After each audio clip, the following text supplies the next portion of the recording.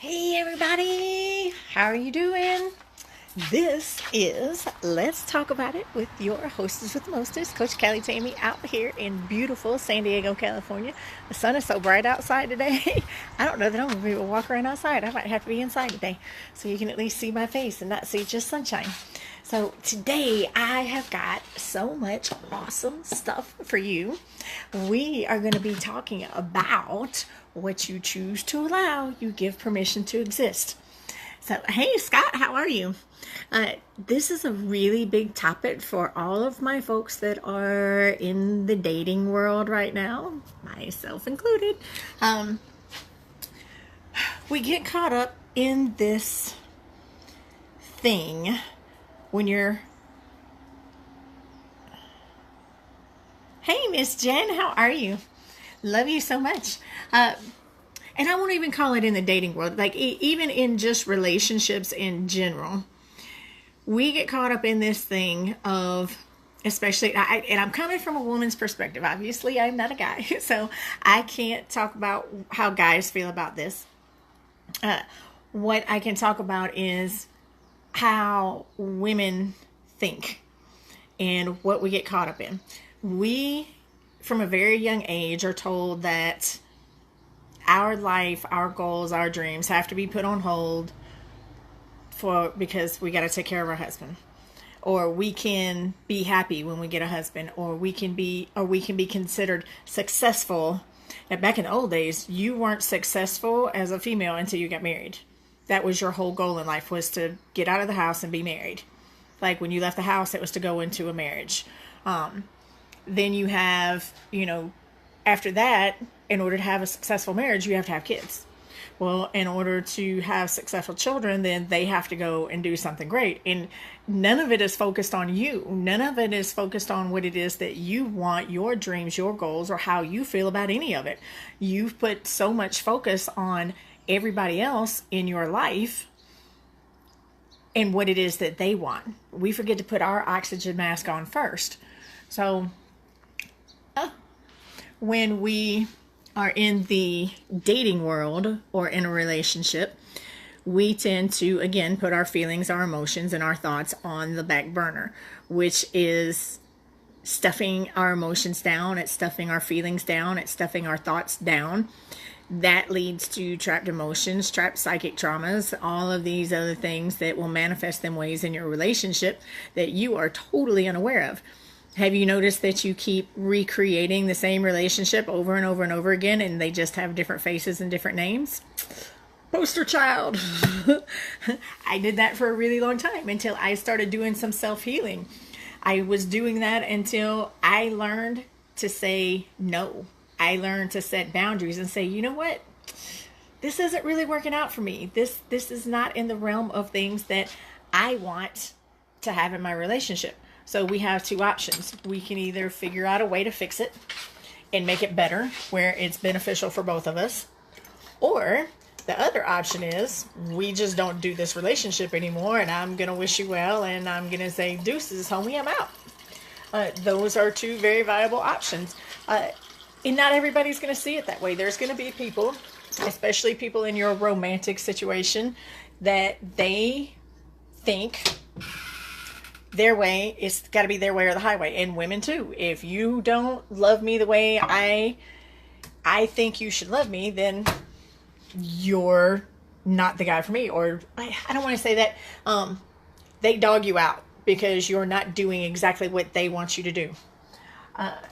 Here's a news flash for you, for you ladies right now. It's not that man's responsibility to make you happy. I know I just twisted your brain all in a knot. Fellas, I just let you off the hook. It is not your job to make your wife or your significant other happy. On the flip side of that, ladies, it is not your job to make your husband happy. Sit down, fellas. This is going to get good. Ladies, it is not your job to make your husband happy. That should be a huge aha. Huge aha. So if you're getting this and you're loving this and this makes sense to you, like I said, I know I probably just twisted your brain all in a knot and made you like be like, oh my God, is she like Satan herself? No, I'm not Satan. I'm just being real, and I want you to have the best relationship ever. And the only way to do that is to start focusing on you. You are responsible for you. What you choose to allow, you give permission to exist in any relationship, whether it's romantic or otherwise. If your significant other is not treating you in a way that you want to be treated, but you choose to stay in that relationship, well, you know what? That's on you. Don't blame them. You told them it was okay by staying. And, you know, those are some really hard words to hear, but it's the truth. A lot of folks get caught up in, I don't want to be alone, or I don't want to be single, and they think being single is a bad thing, or they think being alone is a bad thing. You know what? If that relationship sucks, it is so much better to be alone. Like, being in a bad relationship, you start questioning your self-worth. You start questioning your value. Like, why am I not good enough to be treated another way? Why am I not good enough to get X, Y, or Z? And I'm just coming from my personal my personal experience in some of my past relationships. Like, one relationship, I had to be a secret. Like, I could not be on his social media. I could, like, the only place I was good enough for him was in his inbox and in his bed. Outside of that, nobody in his public life knew anything about me. And that's the way he wanted it, because he had other things going on with other people, and he didn't want them to find out that I was in the picture, because then that's going to mess up his game. I questioned why I wasn't good enough. I questioned why I wasn't worthy of having more. I questioned whether or not I was lovable. Like, what did I do to deserve this? It was, I focused it on me, and it wasn't about me. It was about him. He wasn't good enough. He wasn't worthy. He didn't deserve what I was giving him. He didn't deserve my love. He didn't deserve the things that I was trying to do to make him happy. The things I was trying to do to prove my worthiness. The things I was trying to do to prove that I was enough. Yes, Dory, that is very true. We teach people how to treat us. We teach people how to treat us by the way we treat ourselves. If we allow them to treat us in that way, we've told them that it's okay. And then when you finally get strong enough to say, you know what? Screw you. I am good enough. I am strong enough. I am beautiful enough. I am worthy enough. I do have enough value to not only have, but demand these things in my life. And if you're not going to give them to me, deuces. You know what I mean? That is a real thing. And we as ladies got to start taking our power back, man. We've got to start teaching men and women how to treat us by the way that we treat ourselves. Like, when I took my power back and said, you know what, this isn't okay. You know what I mean? I'm not going to hide. I'm not going to be in a box because it makes you happy. That doesn't make me happy. And if it doesn't make me happy, then this isn't worth it anymore. And those are really hard words for me to say, and they were uncomfortable. And yes, and being positive as much as we can. That is definitely, you know. And there's going to be times where being positive just isn't enough, and being angry and standing up for ourselves is okay. You know what I mean? There's nothing wrong with being angry. There's nothing wrong with being frustrated. There's nothing wrong with feeling betrayed or feeling abandoned. Those feelings are valid, and you're valid, and all of those things are valid. You just can't hang out there. You know what I mean? We are responsible for us and not anybody else, period. Like, if your husband's doing something that you don't like, I'm going to say husband, significant other, whatever connotation that fits for you. Okay? So, if they're doing something that you don't like, you got to determine, is this a deal breaker? And by deal breaker means, is this thing that he's doing so awful for me that I need to break off this relationship? That's a deal breaker. You know what I mean? Like sometimes they could smoke cigarettes. Well, were they smoking cigarettes when you married them? If they were smoking cigarettes when you married them and now you have a problem with it, whose problem is that? That's not his problem, that's yours. You told him it was okay for him to smoke. That's just honest and that's real. If he drinks and he was drinking when you met him and now all of a sudden you want him to quit drinking, why do you want him to quit drinking? Why are you judging him for drinking? Now, if his habits with his drinking have changed, that's a different conversation. Same thing with his smoking. Did his habits with his smoking change and now it's a problem where it wasn't a problem before? Or did they stay the same and you just said, well, I'll change him when we get married? If you're marrying somebody because you think, one, because you don't want to be alone, and two, because you think you're going to change them when you get married, freaking cut it out. Don't marry somebody because you're going to change them. That's not your job. If you love them, marry them because you love them. And there's nobody else that you would rather spend time with on the face of this planet. But you can't marry somebody with the intention of changing them. If you're marrying somebody to change them, you're marrying for the wrong reasons. And fellas, I'm saying that to you too. Don't say, oh, I'm going to marry her, and when I marry her, she's going to do these things for me. If she's not doing those things in the beginning, I can pretty much guarantee you she ain't going to do them after she marries you. She don't care enough about that ring to change. She done got you. Like, that's just real. Like, I'm not going to sit here and sugarcoat this for you guys. You can't go into a relationship expecting to change somebody. Have your list of, these are the things that I want in my partner, male or female. All right. Do a T-chart. These are the things that I want in my partner. All those are on the right side of the chart. On the left side of the chart are the things that, you've had in previous relationships that you don't want anymore. Like, I do not want these things. And it's not to focus on the things that you don't want, but you have to clarify from those things. Why did you not like them? Was it you liked them when you met them, and then something in their habit structure changed to make you not like that thing? Did something in their personality change to make you not like that thing? Or was it you never liked it and you thought you were going to change them, and that's why you don't like it? These are like real instances. Like, you have to pay attention to all of this. And I don't want you to overthink love, man. It's not about overthinking love, but it's thinking about what's going to make you happy. You have to determine for yourself what makes me happy. I'm responsible for me. I know right now that smoking is not okay. Not for me. Like, you can't smoke cigarettes, you can't smoke cigars, you can't smoke pipes, you can't smoke weed, you can't smoke none of that in my world. That's not okay for me. You can't smoke hookah. Like, I don't do anything smoke, and I'm very clear on that. I don't even attract those people into my life. I attract people who work out because I like to work out. I attract people that are healthy and fit because that's what I do.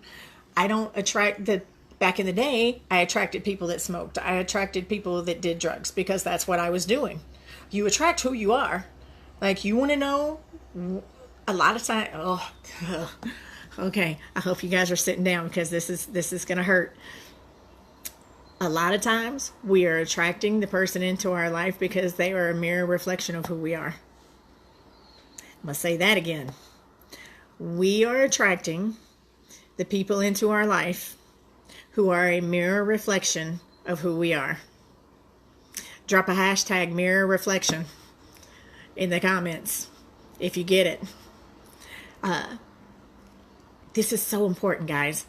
You don't want to attract those type of people into your life. You need to take a long, hard look in the mirror and say, okay, what is it about me that I need to change in order to attract the type of people in my life that it is that I want? Number one, you got to learn to start recognizing those signs in the beginning and saying, no, this is not okay. If you were a smoker and he was a smoker and you quit smoking, you can't ask him to quit smoking because you were smoking when you met him. He's got to make that decision on his own. You have to make that decision together. He may not want to smoke, may not want to stop smoking. That may be something that he loves and it makes him feel good. You know what I mean? You have to make, like I said, this is all about you. It's not about the other person. You can't change somebody else's habits. They have to want to change on their own. They have to make a decision on their own that that is what they want to do. And you have to decide, is this a deal breaker if they don't? Like, that's just as honest and as real as it gets. And I know that's really hard to hear sometimes. And I know I'm walking around all in my kitchen because I'm making me some hot tea and I'm just like a little all over the place. So you guys are getting me real and raw today at the house. I did get camera ready for you guys before I jumped on here. So the mirror reflection thing, that's why, like, in my coaching, I do a lot of mirror exercises with my clients. You have to see you from the inside out. We tend to put on these rose-colored glasses, and for women, I can't speak for guys, we tend to put on these rose-colored glasses, and we see what we want to see in other people because we want them to be something that they may not be. We want to be in that relationship so bad. Maybe they're a reflection of something that you want, and you're not paying attention to the things that you don't like because you just want to be in a relationship so bad that you're willing to overlook the stuff that you don't like. Let me tell you, that stuff that you don't like is going to magnify and multiply and really, really get on your last nerve later on. And then you're going to be wondering, like, what the hell did I do? Why did I allow this in the first place? Because you weren't healed enough to be in that relationship. You weren't healed enough to be ready for that relationship. You have to get you ready for a relationship before you enter into the relationship.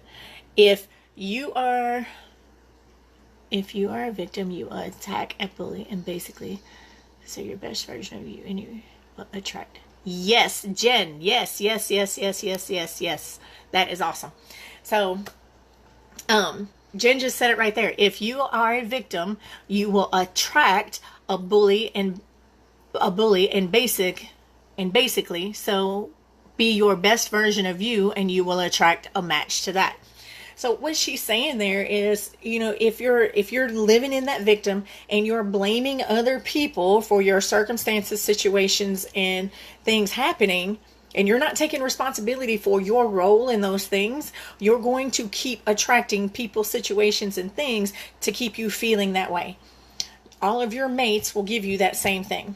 So I'm going to use me as an example. I'm not going to say you. I'm going to say me. So for me, for a really long time, I was consciously unaware that I believed that sex was love. I'm very aware that that is not love now. So let me make sure that that's super clear. Let's see if I can set that up there a little. I'm trying to find a better place to set this. I'm very clear. No, that ain't gonna work.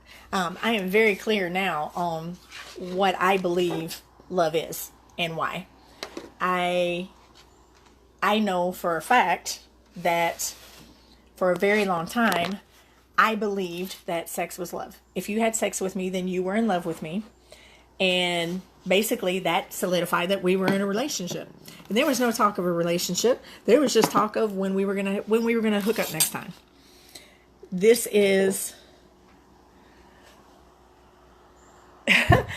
I can't talk to other people if I haven't been through it, Janet, and I just feel like people need to see that, I'm human. I don't claim to be perfect, and I'm not perfect. I've just walked a really long, hard road, and I've figured these things out, and it's not rocket science at the end of the day. It's just looking in the mirror. And I want to help as many people as I can avoid some of the pitfalls that I went through in relationships and dating and all that kind of stuff. Maybe these are some things that are going to resonate with other people, and that's why I do what I do. And I love you, and you're awesome, and thank you.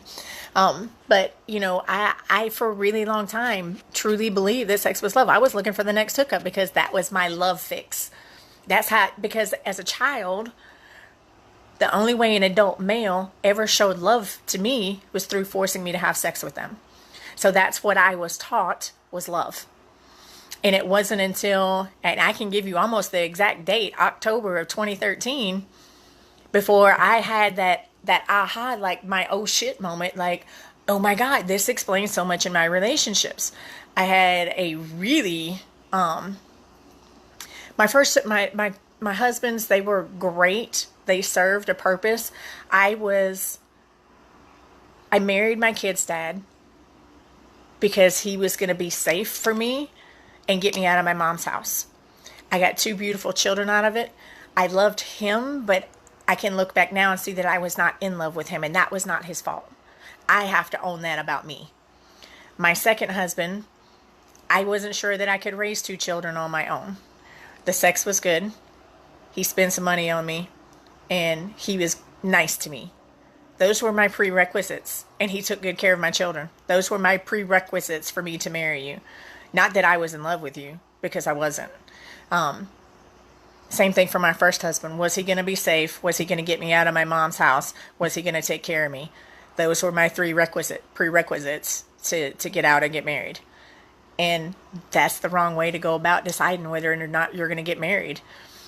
Do I have the perfect solution on how to figure out if you should get married?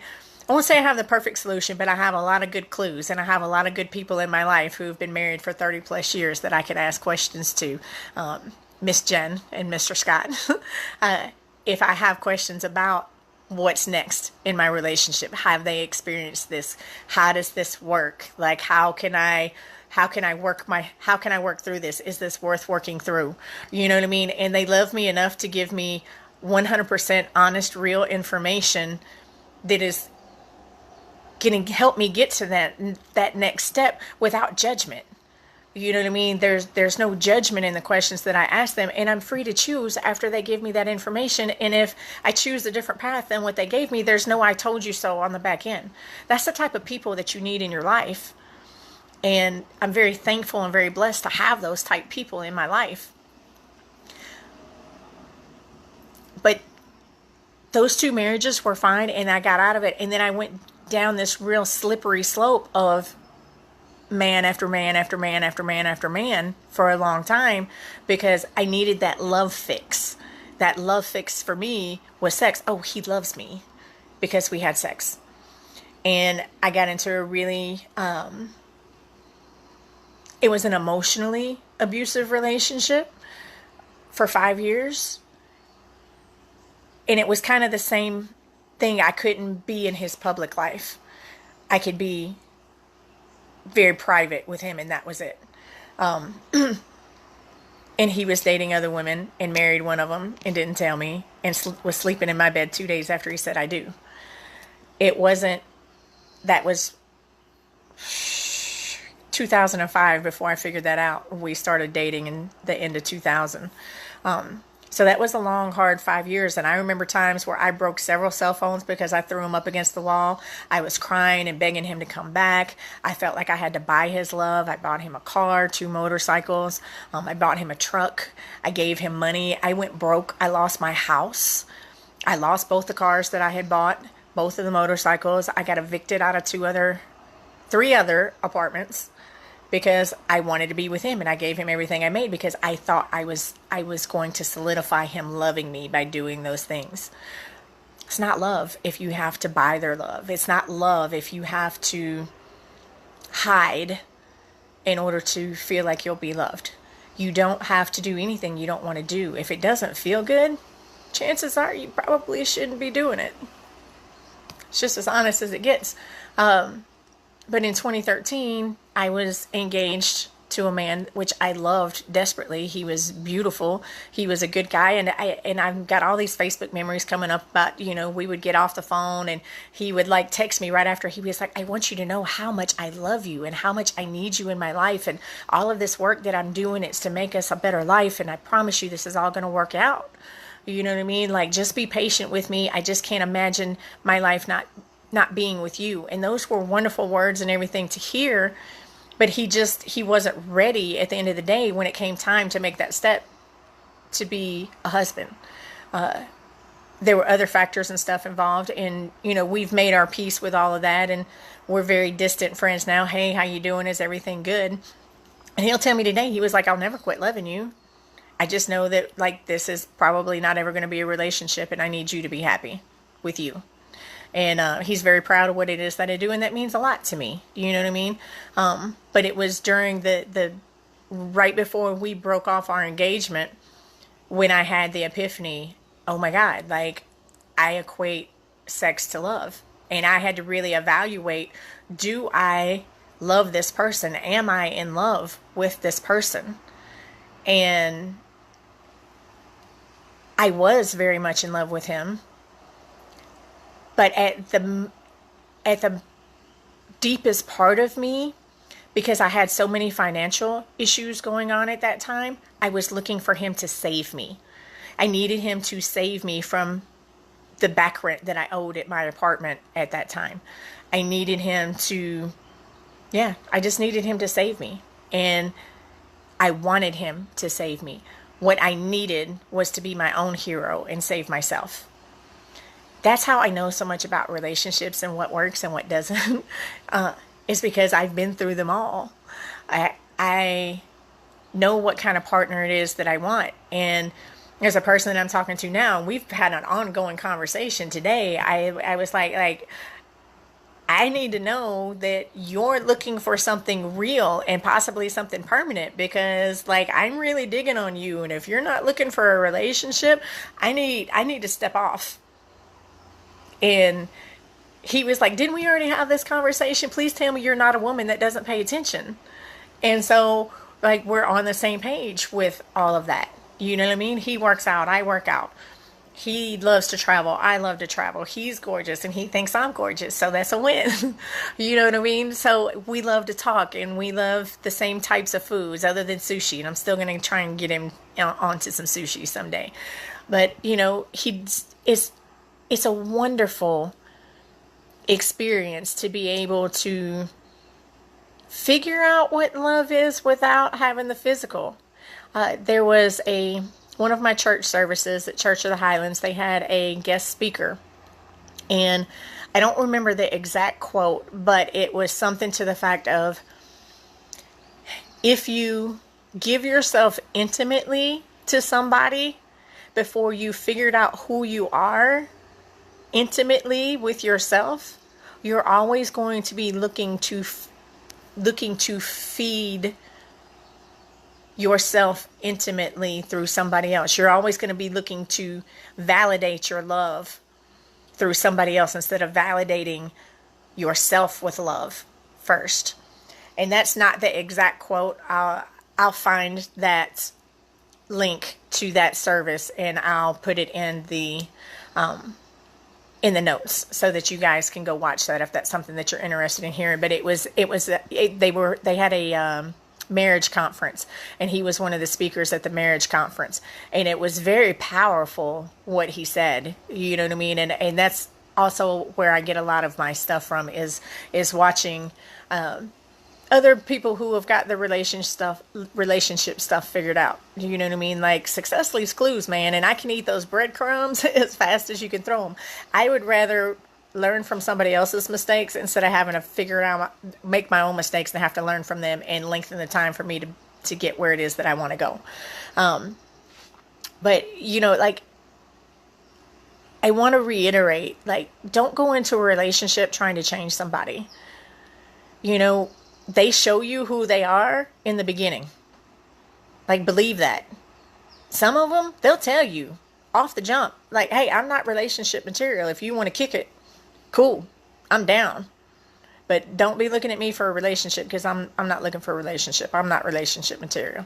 They're telling you right now they're going to be good for you to be in their bed, but they're not good for a relationship. If you're okay with that, then cool, be okay with that. Keep your feelings in check, and as soon as you start feelings coming up, dip. Boy, bye.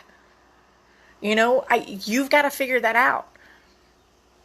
If they tell you, hey, I'm an introvert and I really like this whole relationship thing is not, it makes me tired. I just can't deal with it. Do you know what I mean? They're telling you from the jump, they're not made for a relationship. Now, you attracted that person into your experience. So what is it in that person that is a mirror reflection of what's inside you? Because you can only attract what you are. I'm going to say that again. You can only attract who you are. There's a part of you in them that attracted them to you. So if you're attracting a bunch of men, or men, if you're attracting a bunch of women who don't want a relationship, there's something in you that doesn't want a relationship that we need to heal before you attract the person that wants the relationship. You know, it's cool to get the contrast and figure out this is what I don't want. And you can really clarify that. And maybe that's the part of the relationship. Maybe you're afraid to have a relationship because you don't want to get hurt again. Well, let's heal those hurts. Hurt people hurt people. Healed people help hurt people heal. So are you a hurt person or are you a healed person? Drop a hashtag. I'm a healed person, or I'm a hurt person, or I'm a person that needs to heal. What does that hashtag look like for you? And be honest. Don't hide your true feelings because you don't want to take responsibility for where you are. You're not only hurting you, you're hurting everybody else that comes into your life. I mean, my whole book is called Dear Victim, It's Time for Us to Break Up Now. Like, my whole purpose in life is to help you break up with that victim. Like, you can't live in those experiences and expect to move forward. I got the best analogy for that right now. So, you know how you go to the mall and you have the electric doors that open up, like the little sensors right here. And so when you walk up, the door automatically opens, and it's going to stay open until you get far enough on the other side where the sensor on the other side sees that you've cleared the door, and then it'll close. So your relationship is like that door. Like when you're walking away from that relationship, you see yourself walking up to the door will open. You've got to get far enough on the other side. You can't see them in your rear view mirror anymore.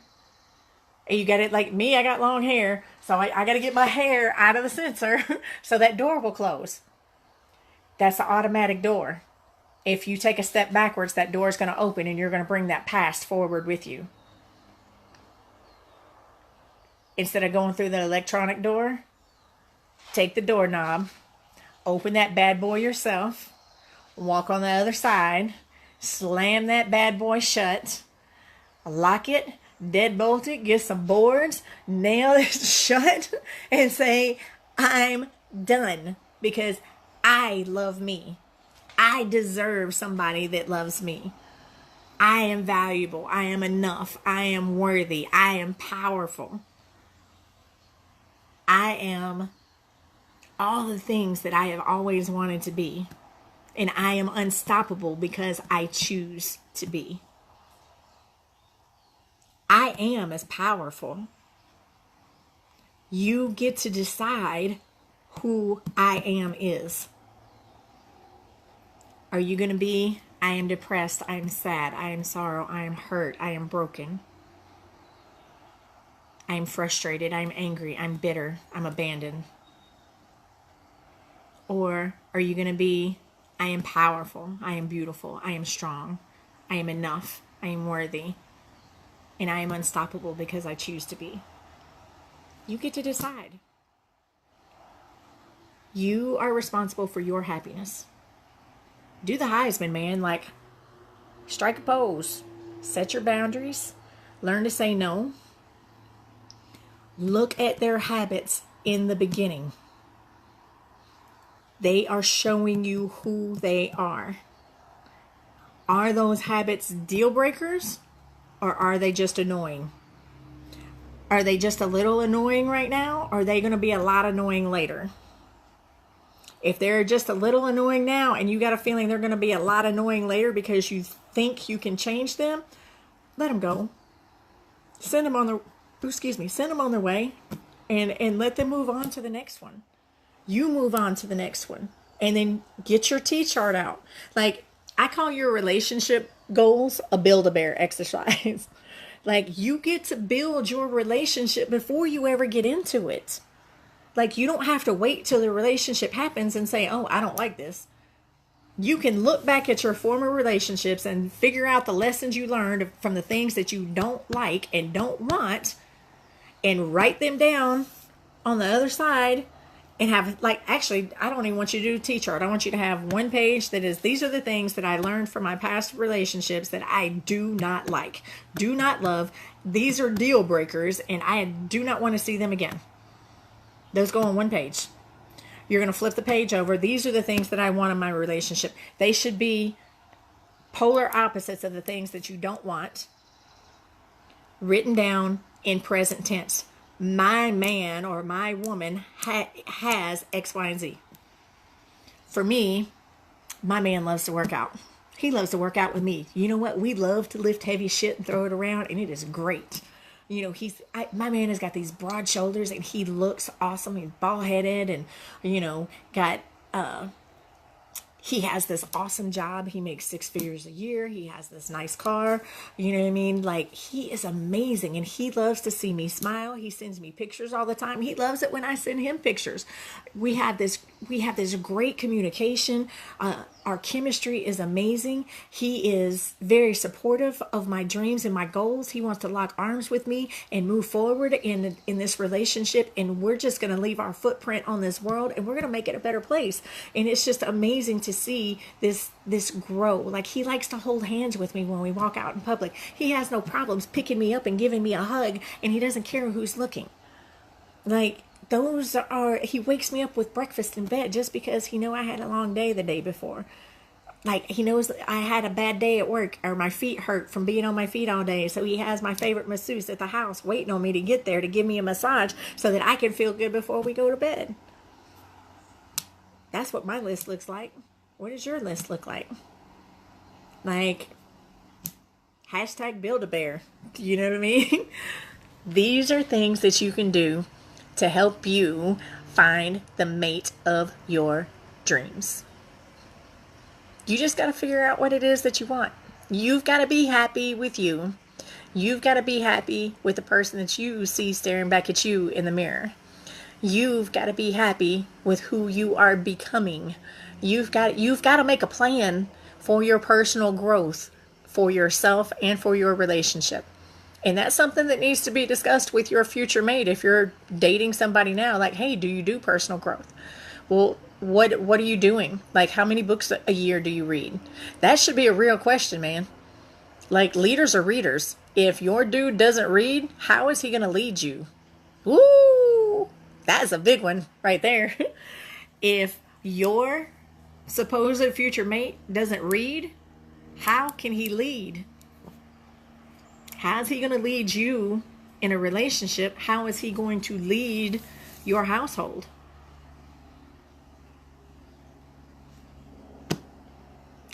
I don't even know what to say after that. I'm going to drop the mic.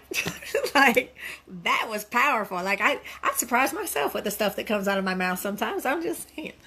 So, but I love you guys to the moon and back. You are awesome. I appreciate you. I could sit here and talk about this all day long, and this would be like a 5-hour Facebook Live. And we don't need to do that because I know that you got other things to do. But my book is coming out. I am going on April 6th with my girl, Megan Kinsey. We're going up to Rancho Cucamonga, up to the peak to get the most epic picture for my book cover. I am super excited about that. And then when it comes back, I send it to my graphics art designer. We get the book cover done, and I will set a launch date. So if I can get all of that done by the end of April, I will say that my launch date is probably going to be around the week of July 4th. That's what I'm shooting for right now, or sooner. But as soon as I have all that information detailed out, you guys will be one of the first ones to know, because it will be all over Facebook and every other social media platform that I have. I've also reserved my ISBN number for my second book, which is called Don't Be a Glow Stick. Stop letting people break you and shake you before your light comes on. Ergo, this whole Facebook Live right now. Stop being a glow stick. And then my follow-up book to that will be Strength, Peace, and Love. You must have the strength to make peace in your life before love can live in your heart. And that is a mantra that I have said. That book has been building in me since my kids were probably 7, 8 years old. So that book's been brewing for a really long time. And the reason that I chose to do it in this succession is, if you're still in your victim, you can't hear that you need to stop letting people break you and shake you for your light to come on. You've got to do a little bit of healing. once you've stepped out of your victim and said you've had enough and you're ready for that next step, then you can go to stop being a glow stick. All right, I'm done with people breaking me and shaking me before my light comes on. I want my light to stay on, and I want to be aware. I want to attract the things that I want in my life, and I want to plan my life instead of my life planning me. And then the following book, like I said, once your light has come on and now it's staying on because you flip that light switch and you're no longer a glow stick. You can hear me when I say you can be strong and you can make peace in your life, and love will always live in your heart. So that's the purpose in writing my books the way that they are. And I'm super excited about how all of this is turning out. And I'm just very blessed and pat myself on the back because this has just been an amazing journey. And I'm so thankful that you guys have chosen to carry on with me and follow me during this and watch me grow and become this most awesome version of myself. So if you would like to reach me, of course, you can reach out through Best Life Creation Society. I am Coach Callie Tammy, aka Tammy Loftus, on all social media. You can hit hashtag Callie Tammy and you can find all of my social media, whether it's Instagram, Facebook, and my webpage will be up this week, hopefully today. That is the plan. And yeah, I think that's it. So a little bit of housekeeping. If you would like to know more about Best Life Creation Society and find out what it is that we do, you can go to bestlifecreationsociety.com. Check out our classes, check out what all that we do, check out our events. We do have an event coming up in Denver. We would love to have you. That is all on the events tab. We love you guys so much and we would love to have you. If you want to know more, I will be happy to reach out to you. Like I said, hit hashtag Callie Tammy or replay if you're watching this on the replay. And I will get back with you individually on here or in the inbox in Best Life. So love you guys to the moon and back. I hope you have the most amazing week and I will see you guys next week. Bye bye now. Mwah.